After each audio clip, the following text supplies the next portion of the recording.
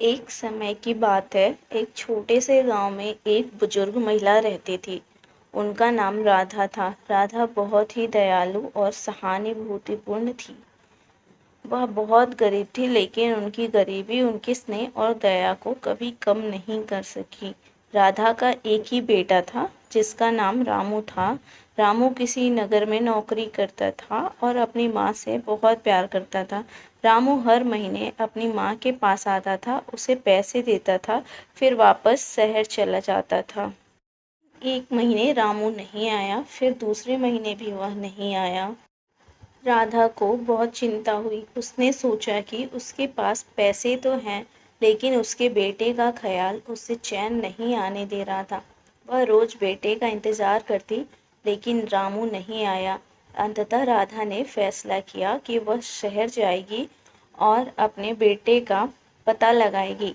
राधा ने अपने सारे पैसे जमा किए और शहर के लिए निकल पड़ी। शहर में पहुंचकर उसने अपने बेटे को ढूंढना शुरू किया। दिनों बीत गए, लेकिन वह अपने बेटे का पता नहीं लगा सकी। उसके पास पैसे भी धीरे धीरे खत्म होने लगे। फिर एक दिन वह एक दुकान के सामने बैठी थी और रो रही थी।